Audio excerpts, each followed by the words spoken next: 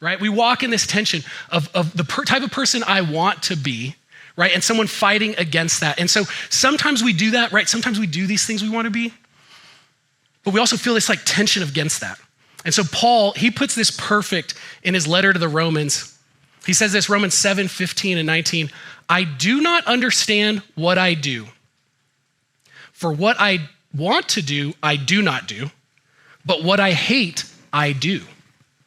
For I do not do the good I want to do, but the evil I do not want to do, this I keep on doing.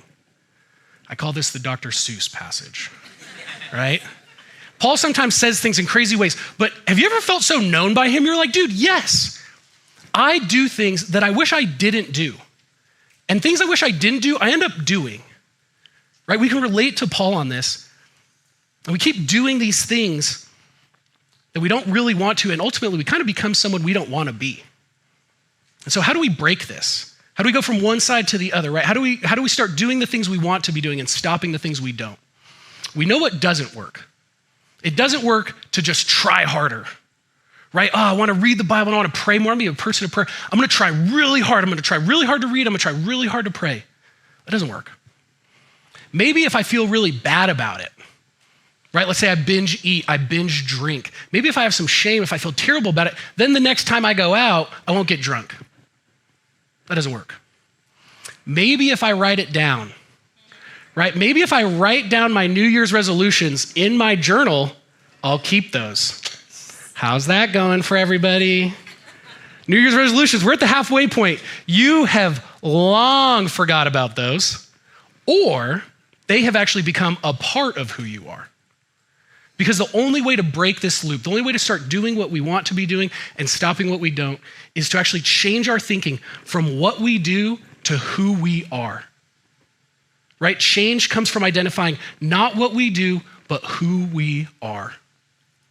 So if we understand who we are, if we know our identity first, everything's going to come out of that. In the book Atomic Habits, James Clear, he writes this, he says, identity change is the North Star of habit change. Identity is the North Star of habit change. He talks about these different ways that our identity shapes what we do. So I don't run because I'm a runner, I run because I'm a runner, right? I don't run to run, I run because I'm a runner, right? I don't read scripture just to read scripture, I read scripture because I'm a follower of Jesus. I don't discipline my kids because it's fun, I discipline my kids because I'm a dad. I make disciples because I am a disciple. That's what disciples of Jesus just do. And this is a flywheel, right? So the more we know who we are, the more we know our identity, we start to act out of that identity. And every one of those actions puts another vote towards who we are. And it furthers our identity, and then our actions continue, and it's a flywheel and it keeps going. It makes me think of last names. Do you ever have this experience growing up where your parents were like, Spragues don't do that? Or, hey, good job, Spragues do that. Sprague is my last name, in case you guys are like, why do you say that? So Spragues do that. The implication there is, it's not what you do and then you become a Sprague. It's that you are a Sprague, and out of that, you now act in it. And we get this twisted in our walk with Jesus a lot. We think, if I just act like a good Christian, then I'll be a follower of Jesus. When really we put our hope and faith in Jesus, we are a follower of Jesus. That's who we are. And then out of that comes all of our action and our obedience. So real change comes from identifying not what we do, but who we are. And in our passage in Ephesians this morning, we're going to cover that, what we do because of who we are. Ephesians. Hey everyone, thank you so much for checking out RST's official YouTube channel.